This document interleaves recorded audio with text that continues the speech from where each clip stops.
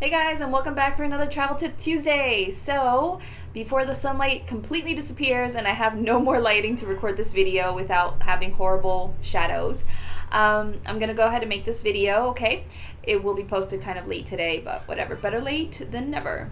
So, someone asked me last week about what you need to do in order to move back to Peru, how you need to prepare and stuff. So I thought, and they also asked me about elaborating more on the job finding process. So you guys know that this channel is originally for people traveling to Peru, not necessarily people relocating to Peru, but I see that quite a handful of people are thinking about doing that. As far as my followers go, people have reached out to me, so I'm trying to give you guys what you want, but I'm not gonna extensively focus on this subject at the moment. I will do videos here and there just because the main goal of this channel is to educate people on Peruvian culture and helping them become comfortable with all of that stuff before they actually travel, so that they actually make the decision and want to come down here. So anyway, we're just going to go on with finding jobs. So I don't have extensive experience in this, as I said, because I only had two main jobs when I came. The whole time I've been here, I've worked for only 2 companies, really.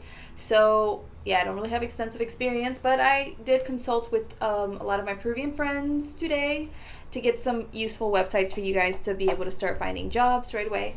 So this is me trying to help you get that information so that it's easier for you, okay? So this is mainly for people who are Peruvians, like citizens or residents. Not sure how much this will help you in terms of if you're a traveler trying to find a job here, a temporary job. Not sure about that, but there are some options, I believe. So I'm doing this off the top of my head. It's not scripted at all, no plan. So wish me luck, okay? So the first way to find work in Peru is websites, obviously, okay? This is 2017. We have technology. Let's use that, please, to make our lives simpler. So you can use a website called aptitus.com. I will have all the links in the description below. Be sure to click on that. Then you can try manpower.com.pe. You can also try computrabajo.com.pe. You can try boomerang.com.pe. And you can also try, what's the last one? Laborum. So I don't know the exact web address, but I'll find it and I'll put it in the description below. So those are the top websites that you can use in terms of finding jobs, okay? You can also use the classifieds for the big Peruvian newspaper here in Peru, which is called El Comercio. So you can look in through the classifieds there. They have a website as well. I'm sure they have listings there. I'll check it out. If they have it, I'll have it in the description. So those are some main websites that you can use to find work here. The second thing that you can do is you can reach out to Facebook groups about jobs. So I don't have the names of any specific Facebook groups at the moment. I'll see if I can do some research after recording this video, and if I find it, I'll put it in the description. If not, you will have to do research and look for jobs in Peru or trabajo en Peru in Spanish. More than likely you'll find more stuff in Spanish than in English. But you can definitely use groups to your advantage to find work. Also, number 3 is to reach out to your friends and family. So even though you may not have family or friends in Peru, if you're traveling or something, just put it out there that you're traveling to Peru, that you want to find work there, if anyone has a connection that they can put you through, and then do it that way. Use social media to your advantage to make those connections, because you never know what could come out of that. So good social media things for that are Facebook especially.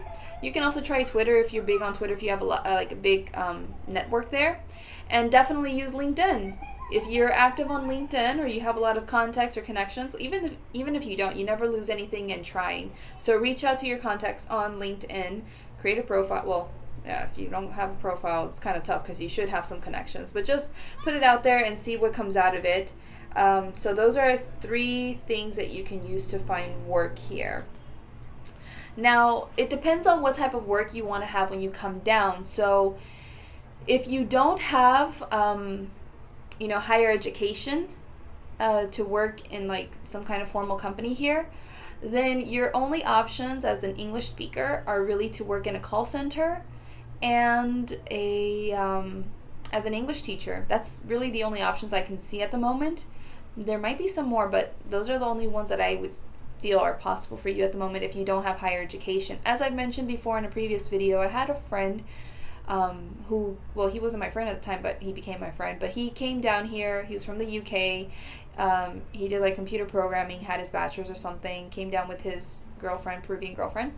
And he didn't have a job or anything, but, you know, he looked for work and stuff, and he finally found a job where they were willing to do the necessary paperwork so that he could stay here legally, and they could change his immigration status to a work visa from a tourist visa. So that is possible for you if you have higher education, usually, because you're not going to really get that possibility without higher education, more than likely. And then if you have like teaching experience, if you have like special certifications or courses that you've done to be a certified English teacher, then you can apply to institutes here in Lima, well, in Peru.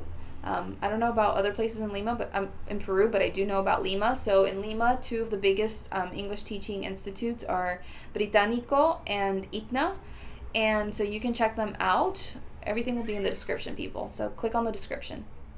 And you can apply there. I don't know so much about the wages, though, and how it really works. I've heard a lot of stuff, and I don't want to speak badly about them because I don't want to get sued or anything.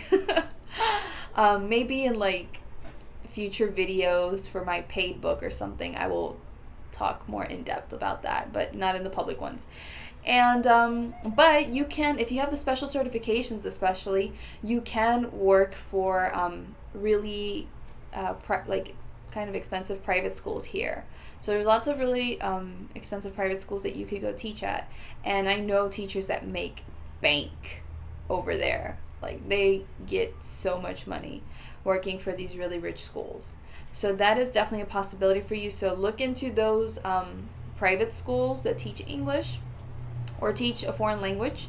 If you speak German, if you speak French or Italian, like, there are some schools here that you could apply to. And then you could see, you know, if you have the qualifications, they will more than likely definitely have a look at your resume. And the difference, okay, so that's that for English teaching. And then call centers.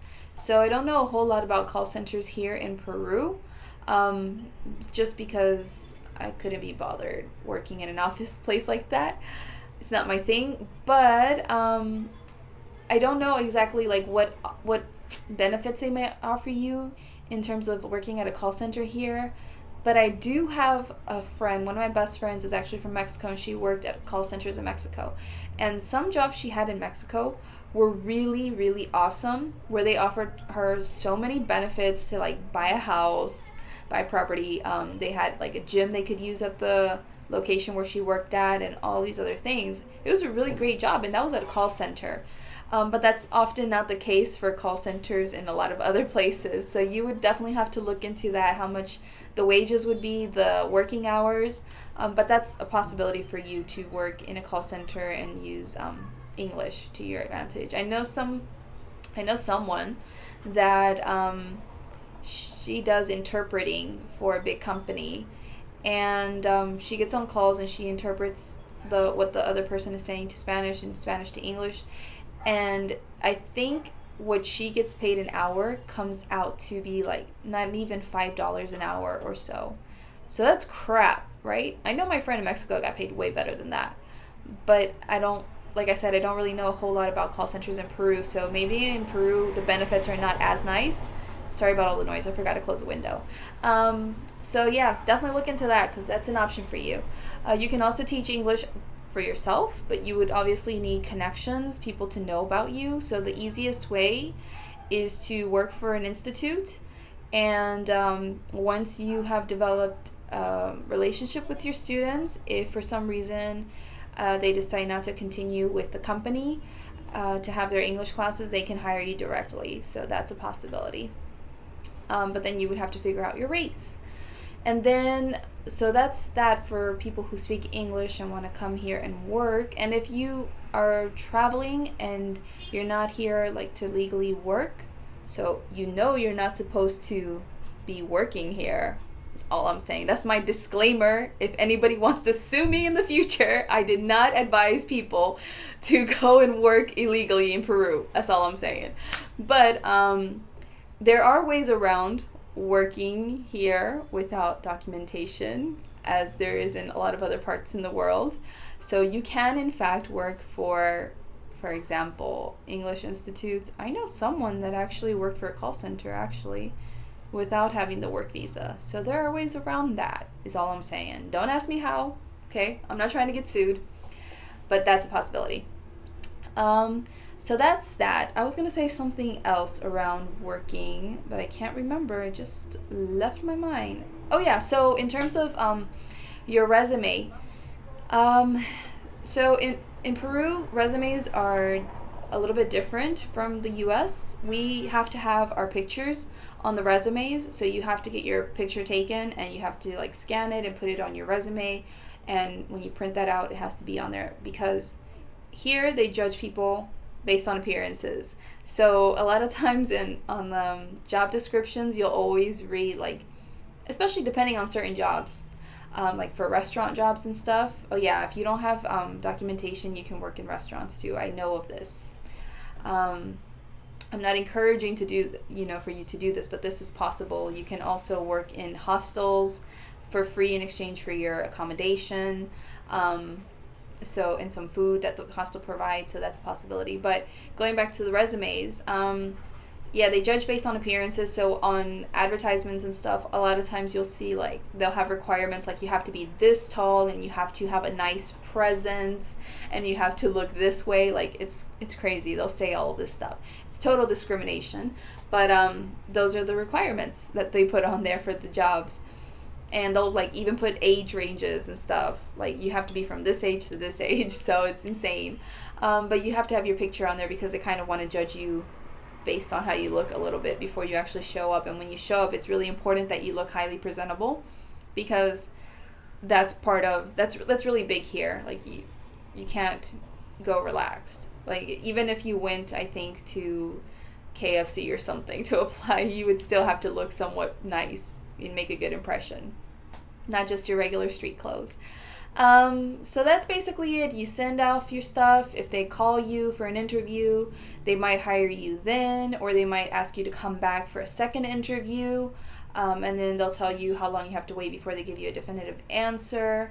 So that's basically how it goes. I hope that has helped. Okay, and yeah, if it has helped, be sure to give this video a thumbs up or like, because I do work hard on these videos. I do take the time to record them, to somewhat edit them, to upload them, to write all the stuff. So it is quite a bit of work. So I would really appreciate you supporting me by giving me a thumbs up, by leaving me a cool comment, by sharing this video with your friends and family and anyone else that you think may benefit, or on any other websites that you think may benefit from this info, because I'm trying to help as many people as possible, but I'm one person. I can't be everywhere. So I need y'all to be part of my team here and spread the message. So that's it. So thank you so much for your time today. I really appreciate it. I hope that this has helped you, as I said. Be sure to follow me on my Facebook page, Stef's Peru Travel Tips. That's usually where I interact with you guys. Like, right away, if I can't make it on YouTube or something, I tell you guys, oh, I couldn't do it because of this reason, or sometimes I show up live. Also, be sure to follow me on my Facebook group, Divine Creatrix, if you want motivation and inspiration and support there, because I'm also a mindset and transformational coach. I mainly work with women. I'm all about female empowerment, but I do have a few men in that group. So if you want to really work on yourself and be your best self, I encourage you to join my group there, because it's really awesome. It's really a high vibing, supportive place there. I give lots of value there. We're having guest speakers come on and teach about different things, such as health. Like, we had someone talk about thyroid yesterday. We're going to have someone talk about self-acceptance tomorrow, and a bunch of other amazing things. So if you want to be a part of that, join me on Divine Creatrix. The link is below. I also have my Spanish group called Creadora Divina. I will put that down as well for the Spanish speakers. And that's it. Thank you so much for your support once again. I'll see you soon. Take care. Bye-bye.